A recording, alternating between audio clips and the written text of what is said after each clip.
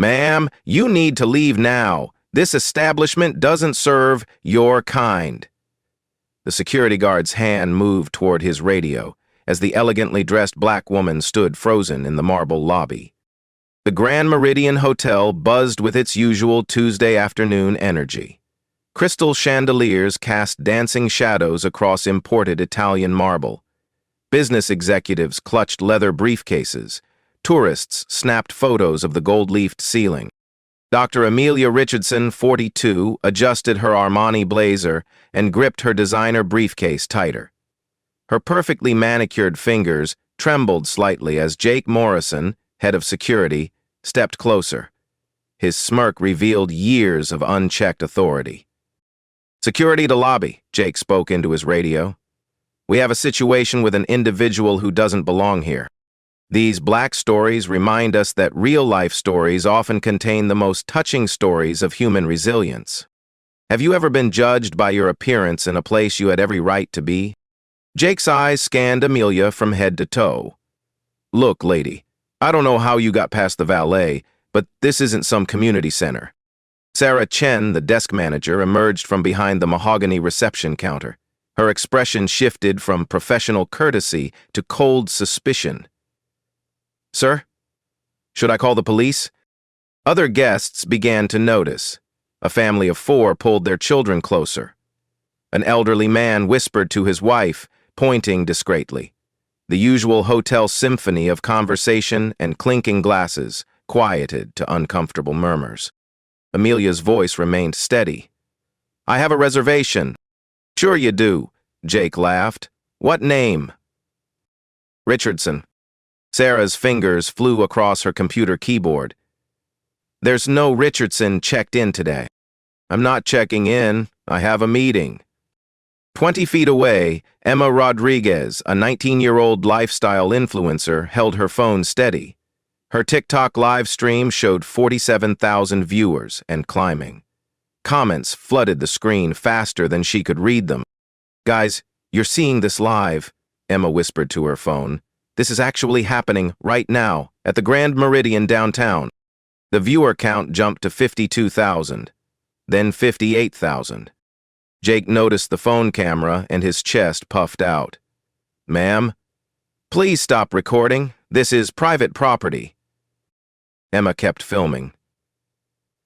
"It's a public lobby, sir. I know my rights." In the corner, Marcus Thompson, a local blogger for City Pulse, opened his laptop. His fingers moved rapidly across the keyboard, live tweeting the developing situation. "Huh? Hotel discrimination. Grand Meridian. Witness this." The digital lobby clock displayed 2:47 p.m. in bold red numbers. Amelia glanced at it, then at her phone. 12 missed calls from contacts labeled Board Member Thomas, Board Member Janet, and Richardson Holdings, URG. "I need to be upstairs by 3:00 p.m., Amelia said calmly. "The only place you need to be is outside," Jake replied. "This hotel has standards." Sarah nodded in agreement. "Our clientele expect a certain atmosphere." As Amelia opened her wallet to retrieve identification, a black American Express Centurion card fell onto the marble floor. The titanium card caught the chandelier light, its distinctive design unmistakable to anyone familiar with exclusive banking. Jake kicked it toward her. "Nice fake." But Sarah's eyes lingered on the card. Something flickered across her face. Recognition? Doubt. Emma's live stream chat exploded. "That's a Centurion card. Those are invite only. She's rich." Amelia's phone buzzed again. The caller ID read Richardson Holdings, CEO Office. She declined the call. A boarding pass protruded from her briefcase pocket. "First class. Private jet terminal. Today's date." "Ma'am," Jake's voice grew louder, "I'm going to ask you one more time to leave, voluntarily." The clock showed 2:52 p.m. Hotel General Manager Patricia Williams emerged from the executive offices, her heels clicking against marble. She surveyed the scene with practiced efficiency, taking in the crowd, the cameras, the security situation. "What's the issue here?" Patricia asked. "This individual is refusing to leave," Jake explained. "She claims to have a meeting but isn't registered." Patricia studied Amelia carefully. Something about her bearing, her clothing, her calm demeanor seemed familiar, but she couldn't place it. "Security cameras are malfunctioning in this section," Sarah announced, tapping her computer screen. "Perfect timing, right?" The irony wasn't lost on Emma's viewers. "Camera's down, but we're still recording. They're trying to hide something." "I'll need to search your bag," Jake announced, reaching for Amelia's briefcase. Several guests stopped to watch openly now. Some held phones. Others whispered behind manicured hands. A small crowd began forming near the concierge desk. "You have no legal right to search my property," Amelia replied evenly. "This is private property. I have every right." The clock read 2:54 p.m. Patricia pulled Jake aside. "Are you certain about this? She seems..." "Seems what?" "Look at her. Patricia. You know exactly what this is about." 6 minutes until her board meeting. Amelia's calm exterior masked growing frustration, but she refused to give them the reaction they wanted. Years of corporate boardrooms had taught her that emotional responses only weakened your position. Her phone displayed 47 unread text messages from board members, legal counsel, and executive assistants. Each message grew more urgent as the merger deadline approached. The final message, time-stamped 2:53 p.m., simply read, "Where are you?" Emma's viewer count hit 89,000. Marcus's Twitter thread had been retweeted 1,200 times in 6 minutes. The hashtag Grand Meridian Racism was beginning to trend locally. "Empty your purse," Jake demanded. "Now." The crowd pressed closer. Phones emerged from pockets and purses. The situation was spiraling beyond hotel property into viral territory. But Jake seemed oblivious to the digital wildfire spreading around him. Amelia set her briefcase on the marble floor and slowly unzipped the top compartment. "Finally, someone doing something about these people," muttered a middle-aged guest in a golf shirt. His wife nodded approvingly. Vincent Martinez, the concierge, reluctantly approached at Patricia's signal. 23 years of hospitality experience had taught him to read situations, and everything about this felt wrong. The woman's composure, her expensive clothing, the way she held herself. Nothing matched Jake's narrative. "Vincent, please escort our visitor to the street," Patricia instructed, though her voice lacked conviction. "Ma'am, if you could please come with me," Vincent said softly, apologetically. Through the service entrance, kitchen staff peered around corners. Housekeeping supervisors whispered in 3 languages. Word was spreading through the hotel's internal communication system faster than management could contain it. Emma's live stream exploded past 127,000 viewers. Comments streamed too fast to read. "This is insane. Somebody call the news. I'm never staying here." Marcus's fingers flew across his laptop keyboard. His live blog post was being shared across Facebook, LinkedIn, and Twitter. Local news outlets began reaching out via direct message. Breaking. Discrimination incident unfolding live at Grand Meridian Hotel downtown. Multiple witnesses recording. Security attempting to remove well-dressed black woman without cause. Thread follows. The hotel's social media accounts remained silent, but mentions were pouring in. Yelp reviews began appearing in real time. Google ratings started dropping as people left 1-star reviews based solely on the live stream. A local civil rights attorney had already screenshot Emma's stream and was composing a preliminary statement. The Southern Poverty Law Center's regional office received their first phone call about the incident at 2:55 p.m. Jake positioned himself directly in front of Amelia, while 2 additional security guards flanked her sides. The marble lobby suddenly felt claustrophobic despite its soaring ceilings. "Backup security to lobby immediately," Sarah announced over the intercom. The digital clock displayed 2:56 p.m. in unforgiving red numerals. Amelia's phone buzzed with its 20th missed call. This time, the caller ID read Hartwell International, murdered Dept. She glanced at the screen, then at the growing circle of hotel staff and curious guests surrounding her. 4 minutes, she said quietly. 4 minutes until what? Jake demanded. Until my meeting starts. What meeting? You're not on any schedule. Sarah checked twice. A businessman in an expensive suit pushed through the crowd. Excuse me, isn't that Dr. Richardson?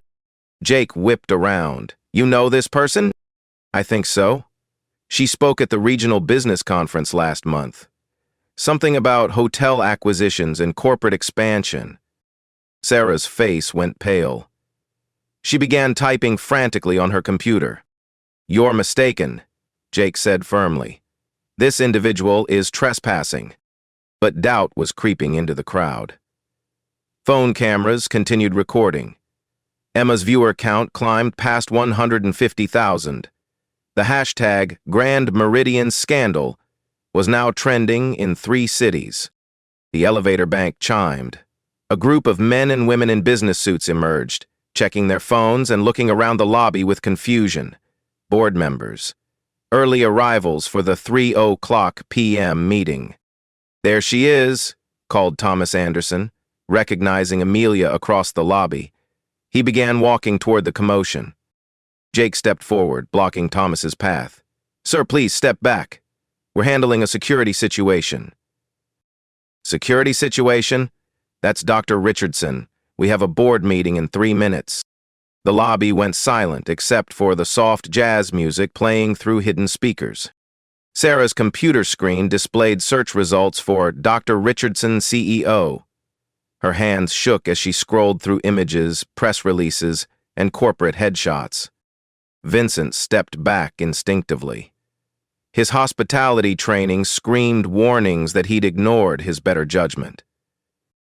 Patricia studied Thomas, then Amelia, then her computer screen over Sarah's shoulder. Corporate headshots don't lie. Press releases from major business publications don't lie. The Richardson Holdings logo on official documents doesn't lie. Jake, Patricia said slowly, I think we need to... Need to what? She's obviously some kind of scammer. Look at this crowd she's created. This is exactly the kind of disruption we can't allow. Jake's hand moved toward Amelia's elbow. Time to go, lady. But Amelia stepped back and calmly removed her phone from her purse. Her fingers moved with deliberate precision across the screen.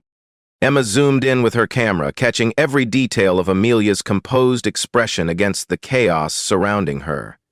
The contrast was striking. Pure calm in the center of a storm she hadn't created, but was about to control. Wait, Sarah whispered, staring at her screen. Oh, God. Oh, no. The clock showed 2:58 p.m. Amelia lifted her phone to her ear. The first call connected immediately. Cancel the Richardson Holdings merger, she said in a voice that carried clearly across the marble lobby. Yes, Thomas, all 847 million. Effective immediately. The lobby erupted. Thomas Anderson's face went white. The other board members froze mid-step. Jake's confident smirk faltered for the first time. Sarah began hyperventilating. Patricia, we need... Legal department? Amelia continued into her phone, her voice never rising above conversational level. I need hostile workplace documentation started. Yes, for discrimination. The Grand Meridian. Today's date. Multiple witnesses. Emma's live stream chat was moving too fast for modern internet infrastructure. The viewer count hit 200,000 and kept climbing. Her followers were sharing the stream across every social platform simultaneously. Jake's radio crackled with confused chatter from other security personnel, asking for clarification on the lobby situation. Patricia grabbed Sarah's arm. Tell me that's not Dr. Amelia Richardson, CEO of Richardson Holdings. Sarah's computer screen displayed Amelia's corporate biography, complete with photos, board positions, and acquisition history. The same woman now standing 10 feet away, surrounded by hotel security, making phone calls that could destroy careers. "She owns us," Sarah whispered. "She owns the whole chain." Jake's hand dropped from his radio. "What did you say?" Thomas Anderson pushed past the security barrier. "Amelia, what's happening here? The merger partners are expecting—" "The merger partners will be disappointed," Amelia replied, ending her call. "Jake, do you know who owns this hotel?" Jake's voice cracked slightly. "Richardson Holdings, some corporation." "Correct." Amelia's smile was glacier cold. "I am Dr. Amelia Richardson, CEO of Richardson Holdings. You work for me." The silence that followed was absolute. Even the jazz music seemed to fade into insignificance. Emma's phone nearly slipped from her hands. "Oh my God, guys. She owns the hotel. She literally owns the building." Marcus looked up from his laptop, fingers frozen over the keyboard. This wasn't just a discrimination story anymore. This was corporate drama at the highest level, playing out live in a hotel lobby. The clock displayed 2:59 p.m. Board members were arriving upstairs. Merger documents waited for signatures. $847 million hung in the balance of the next 60 seconds. And Jake Morrison, head of security, finally understood that he had just humiliated his own boss in front of 200,000 witnesses and a room full of corporate executives. His face drained of all color as the full weight of the situation crashed down around him. Jake's confident posture crumbled. His shoulders sagged, as if someone had cut the strings holding him upright. The man who had strutted through the lobby dispensing authority now looked like a child caught stealing. "That's impossible," he whispered. Amelia calmly scrolled through her contacts and placed another call. The speaker volume was just loud enough for the front row of onlookers to hear both sides of the conversation. "Legal department, this is Dr. Richardson. I need immediate documentation for hostile workplace environment, racial discrimination, and corporate liability exposure." "Yes, at the Grand Meridian property. Multiple witnesses, video evidence, social media documentation already viral." Emma's live stream counter showed 247,000 viewers. The comments section had become incomprehensible, moving too fast for human eyes to follow. Screenshots were being shared across Instagram, Facebook, and Twitter at unprecedented speed. "Ma'am," Jake's voice had lost all authority. "If there's been some misunderstanding—" "Misunderstanding?" Amelia's tone remained conversational, which somehow made it more devastating than shouting would have been. "You told me this establishment doesn't serve my kind. Was that a misunderstanding?" Patricia Williams had spent 15 years in hotel management. She'd handled celebrity meltdowns, diplomatic incidents, and corporate crises, but she'd never watched her own career implode in real time on social media. "Dr. Richardson," Patricia stepped forward, her voice shaking. "I sincerely apologize for this inexcusable—" "Patricia," Amelia's interruption was gentle but final. "We'll discuss your role in this later. Right now, I have a board meeting." Thomas Anderson checked his Rolex. "Amelia, it's 3:00 p.m. The Hartwell executives are waiting upstairs. The merger documents have been canceled. I made that call 60 seconds ago." The crowd gasped collectively. Several business reporters in the lobby began furiously typing on their phones.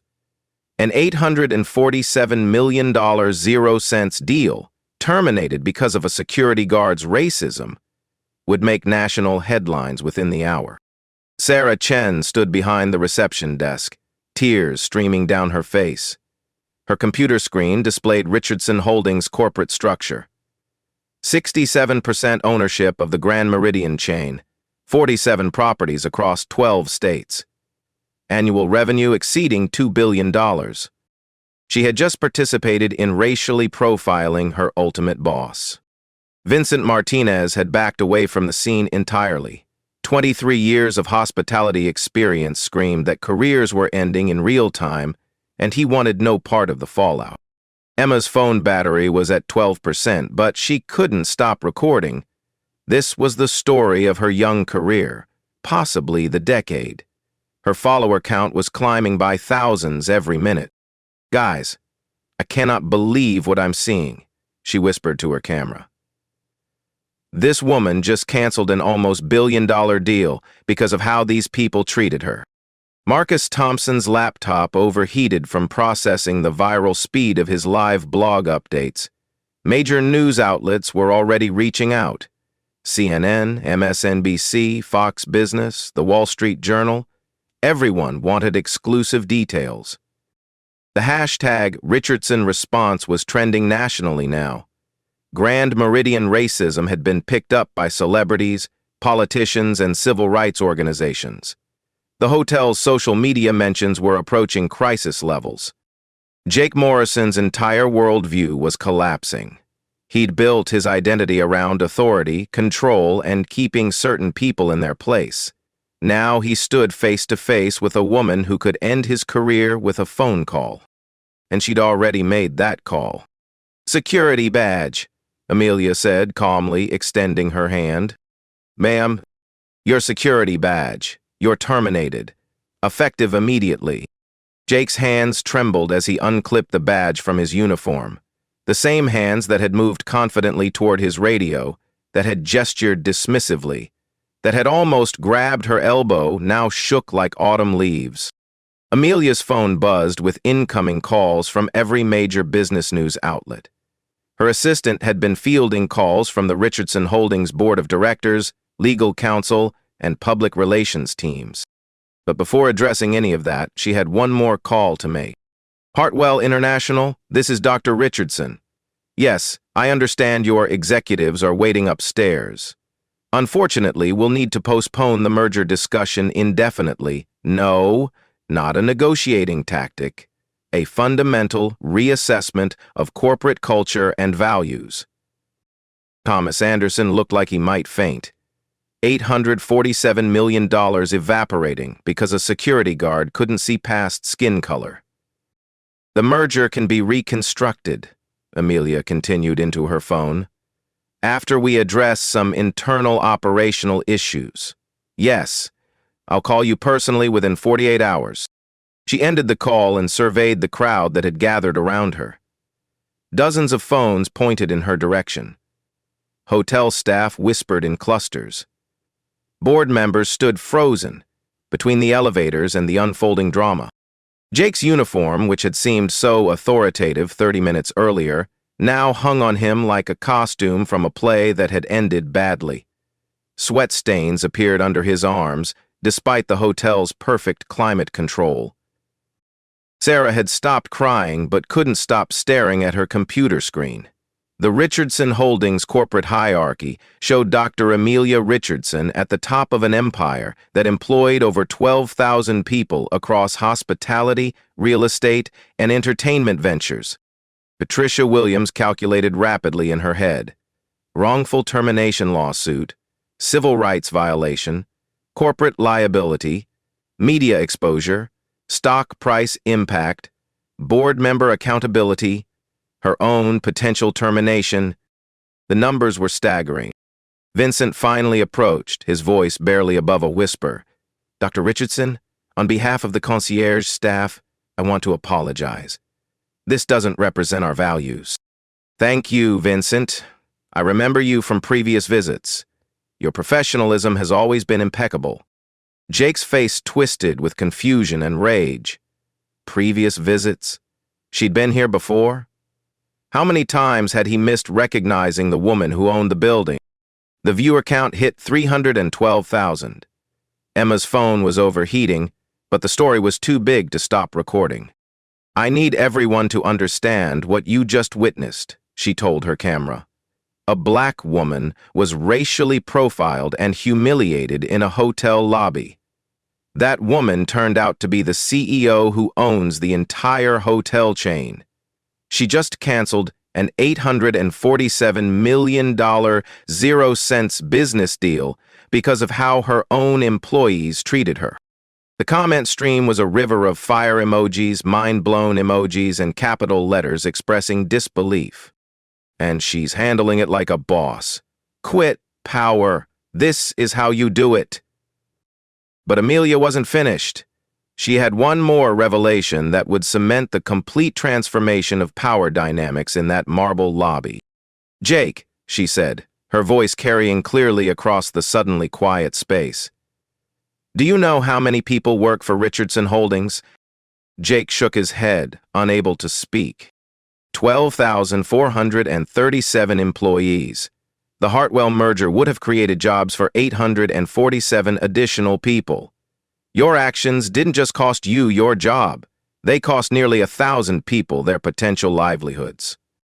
The weight of that number settled over the crowd like a heavy blanket. This wasn't just about one racist security guard anymore. This was about systemic discrimination having massive ripple effects through the economy. Emma's viewers were sharing clips faster than the platforms could process them. 847 jobs was now trending alongside the original hashtag. Patricia stepped forward again. "Dr. Richardson, is there any way to salvage the merger? Those jobs?" "Patricia, everything is salvageable. But first, we need to ensure this never happens again. To anyone. Ever." The clock showed 3:07 p.m.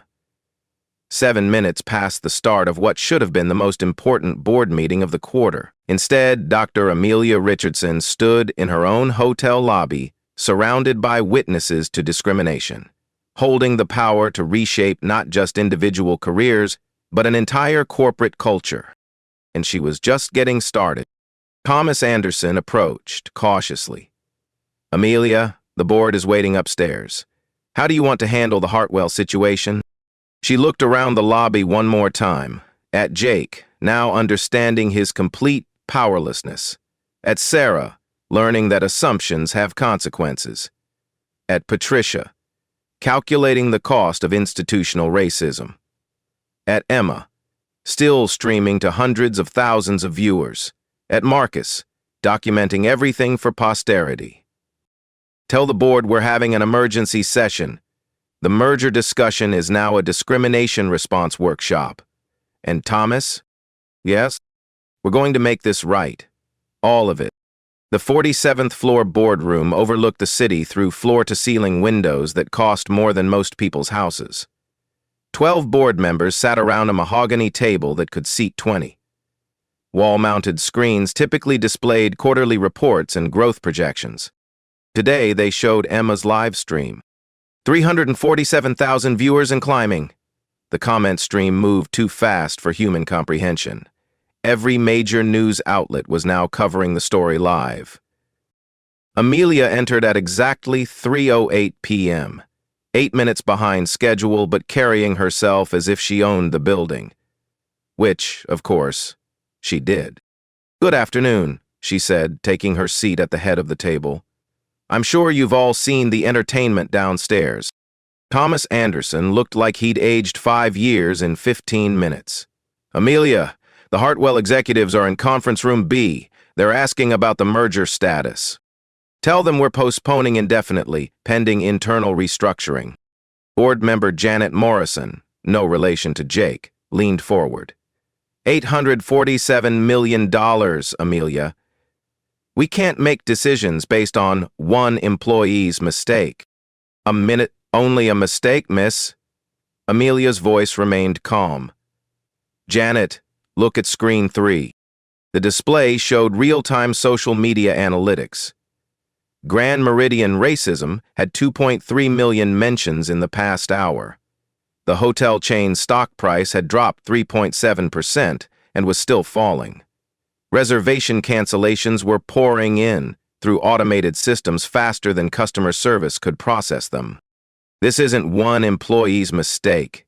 This is systemic failure of corporate culture, training protocols, and operational oversight. Chief Financial Officer Robert Chen, Sarah's uncle, though she didn't know he was in today's meeting, pulled up financial projections on his tablet. Legal exposure analysis, he announced grimly. Minimum $15 million in discrimination settlements. Potential class action if other incidents surface. Media crisis management budget approaching $2 million for the first quarter alone. The numbers filled screens throughout the room. Richardson Holdings worth $2 billion, $100 million, 0 cents. Grand Meridian chain generating $23,400,000, 0 cents annually per property. The canceled Hartwell merger, representing 40% growth in the hospitality division. Rand damage assessment, added Marketing Director Lisa Park. We've lost 14 corporate accounts in the past hour. Convention bookings are being reconsidered.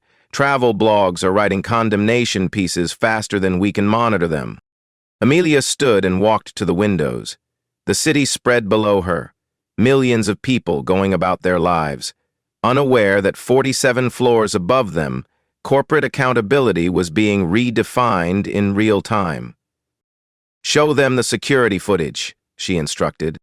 Amelia, the lobby cameras were malfunctioning. Not the lobby cameras, the executive-level cameras, the ones that captured my arrival at 2:30 p.m. The screens switched to security footage, timestamp 2:30 and 14 seconds p.m. Crystal clear video showed Amelia exiting the executive elevator, walking confidently toward the boardroom, then returning to the elevator and pressing the lobby button. I arrived early for our meeting, she explained. I decided to check on lobby operations before joining you. Standard CEO practice for maintaining service quality. The footage continued, showing her emerging from the elevator into the lobby at 2:46 p.m. 60 seconds later, Jake Morrison approached her with obvious hostility. 12 security cameras captured the incident from multiple angles, Amelia continued. Every word documented, every action time-stamped, every witness identified. Board member Charles Williams raised his hand. What's our liability exposure, legally speaking? Legal counsel Amanda Foster had been furiously reviewing employment contracts and civil rights statutes on her laptop. Unlimited, potentially. Dr. Richardson is our CEO. Racial discrimination against the chief executive officer creates unprecedented legal territory. The room fell silent, except for the soft hum of climate control and the distant sounds of traffic 47 floors below. Richardson Holdings owns 67% of the Grand Meridian chain, Amelia stated. 47 properties across 12 states. We employ over 3,000 people in the hospitality division alone. She returned to her seat and opened her laptop. The screens around the room mirrored her display. Employment contracts, corporate policies, legal frameworks. Every employee contract includes morality clauses. Section 4.7. Employees shall conduct themselves in a manner consistent with company values of respect, inclusion, and professional excellence. Jake Morrison's employment file appeared on screen. 5 years with the company. 3 prior complaints for aggressive behavior. 2 sensitivity training requirements that had been postponed indefinitely.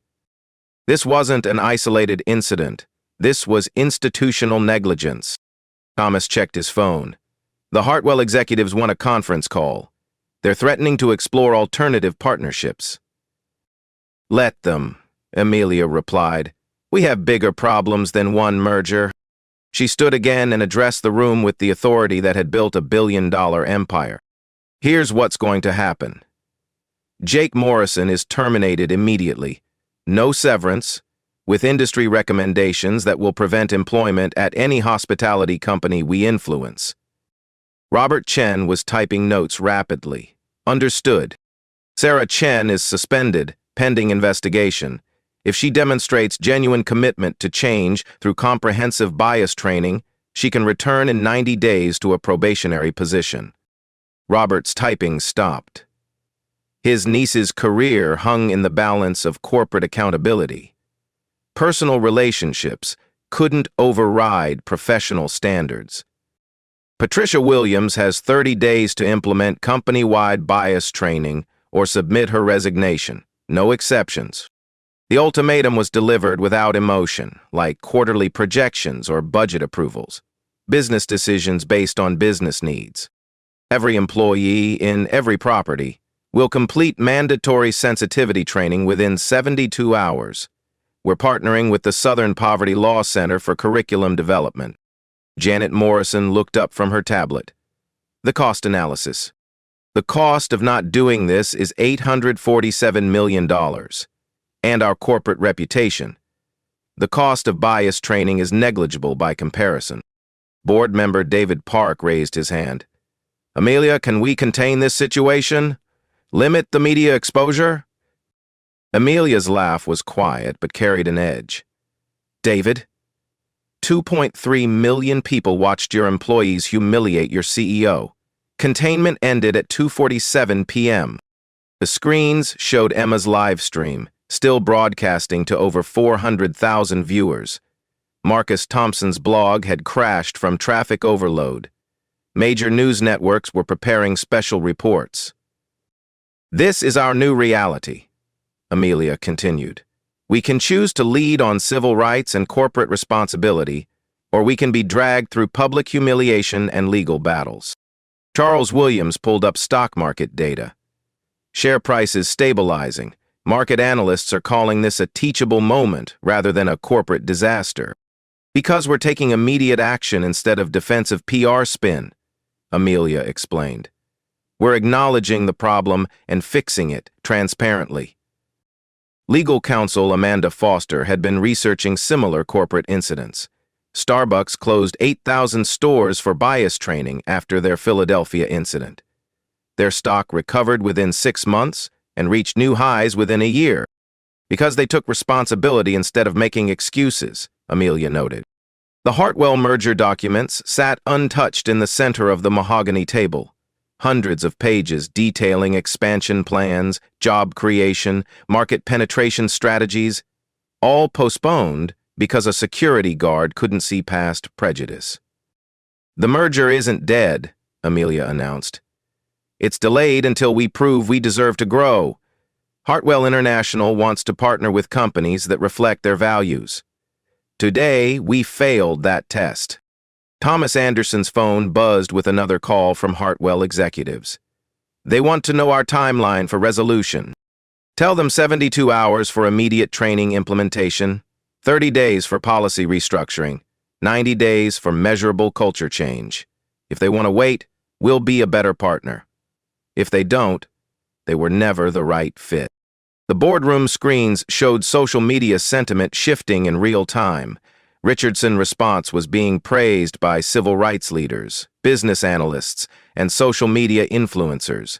The narrative was changing from corporate racism to corporate accountability. Questions?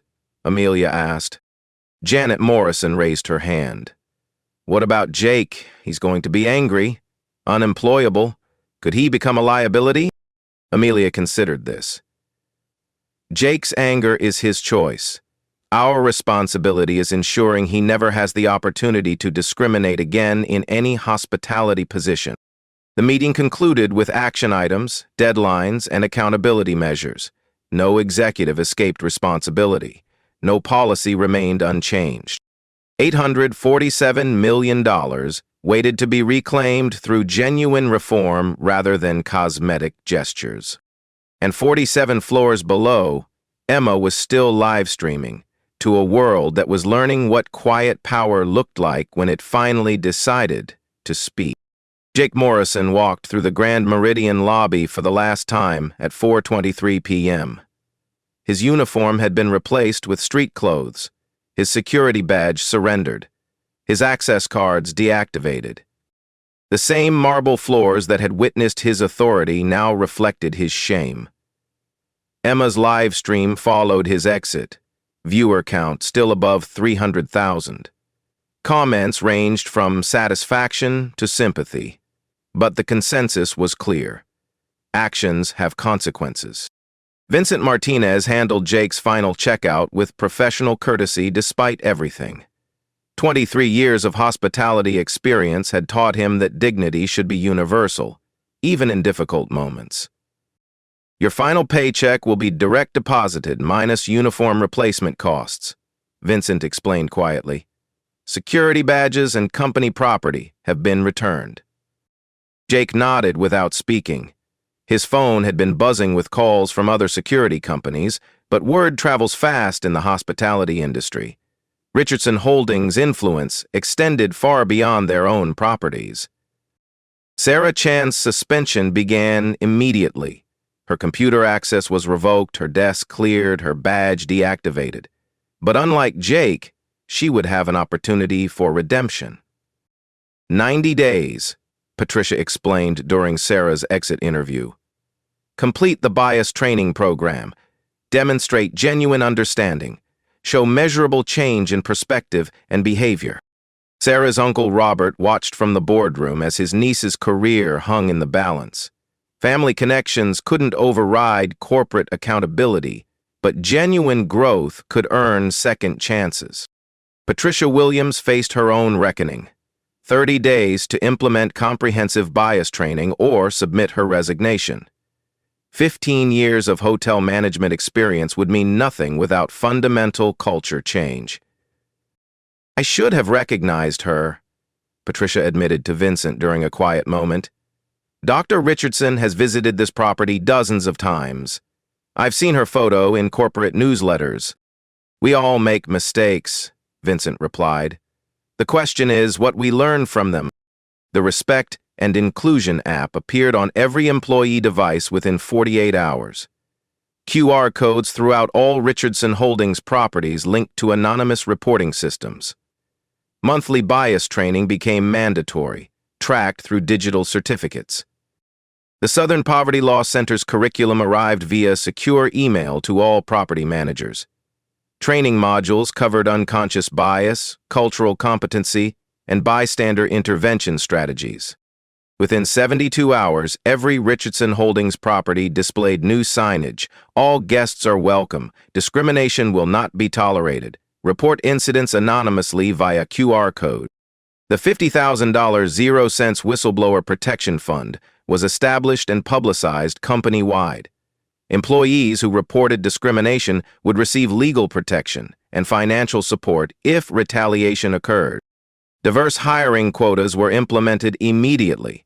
40% minority representation in management positions by December 2025. Current demographics showed 23% minority representation, meaning significant recruitment efforts lay ahead. The zero-tolerance policy was codified in the employee handbook with specific examples and consequences. First offense, mandatory training and probation. Second offense, immediate termination with cause, no severance, negative employment references. Partnership agreements with local civil rights organizations created external oversight mechanisms. Monthly audits would ensure compliance wasn't just corporate theater. Legal counsel Amanda Foster worked through the night drafting bulletproof policies that would withstand judicial scrutiny while creating genuine accountability. Emma's follow-up video posted at 6:47 p.m. with the title, "CEO Handles Racism Like a Boss, Full Story." Within 24 hours, it reached 8.9 million views across all platforms. The comments section became a masterclass in corporate accountability. Business schools began incorporating the incident into case studies about crisis management and ethical leadership. Marcus Thompson's comprehensive blog post, "How One Hotel Lobby Changed Corporate America," was picked up by major news outlets and won a regional journalism award 3 months later.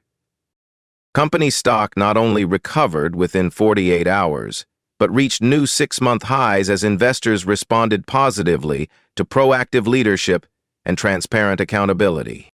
Richardson's response became a template for corporate crisis management.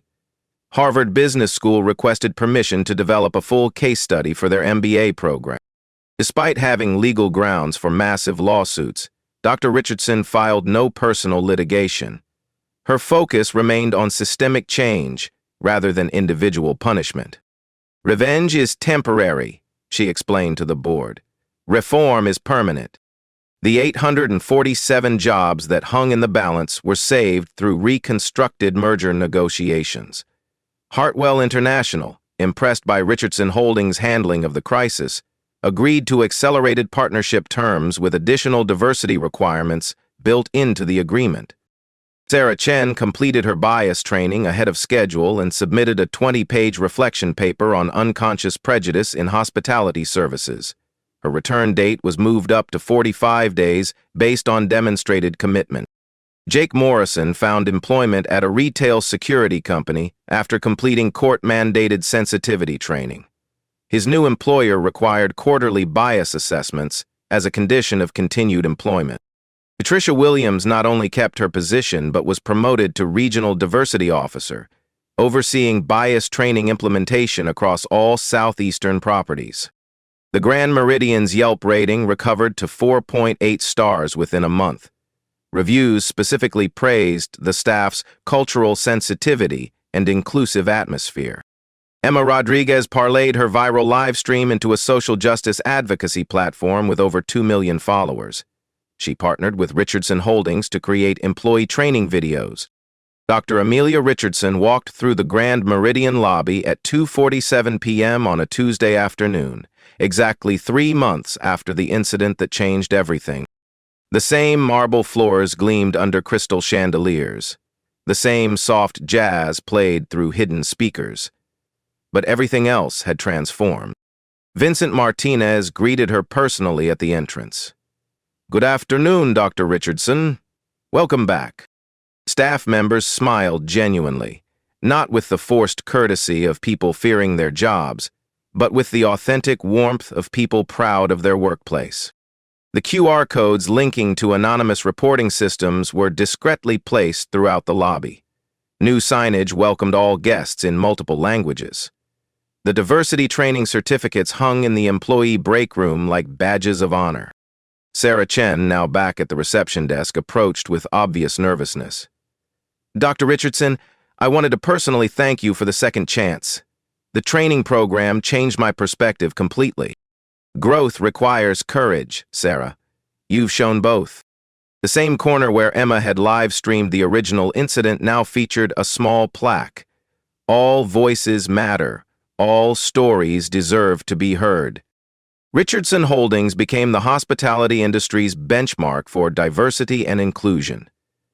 12 other major hotel chains adopted similar training programs and accountability measures. Harvard Business School's case study, The Richardson Response, Crisis as Catalyst for Change, was taught in MBA programs across the country. Dr. Richardson guest lectured at universities about leadership through adversity. The incident spawned a new consulting industry focused on bias training and corporate culture transformation. Companies paid millions to avoid their own Grand Meridian moments. Jake Morrison, now working retail security and attending community college, completed his associate degree in social work. His final paper examined the psychology of prejudice and the possibility of redemption. Emma Rodriguez used her platform to highlight discrimination stories from across the country. Her Quiet Power series featured people who faced bias with dignity and created positive change. Marcus Thompson's journalism career flourished. His investigative series on systemic racism in corporate America won a Pulitzer Prize nomination and led to policy changes in Fortune 500 companies. The Grand Meridian became a destination for business travelers specifically because of its reputation for inclusion. Revenue increased 23% year over year, proving that moral leadership was also profitable leadership. Power isn't about revenge or punishment. Power is about responsibility to create change that outlasts the moment. Dr. Richardson could have destroyed careers and demanded financial compensation. Instead, she chose transformation. The 847 jobs weren't just saved, they became part of a company culture that valued every employee's dignity. The canceled merger became a better merger, with stronger ethical foundations. These life stories prove that touching stories of justice can emerge from the most painful real-life stories, especially when Black stories are finally heard and respected. Have you witnessed discrimination in your workplace or community? Share your story in the comments below. Your experience matters, and your voice can create change. Has bias affected your career or personal life? Hit subscribe for more stories of quiet strength overcoming loud prejudice. Together, we can build a world where dignity isn't negotiable. If this story restored your faith that justice can prevail through patience and principles, share it with someone who needs to see that power used responsibly always wins over power used selfishly. Remember, every ending is someone else's beginning. Every story of change started with one person deciding that enough was enough.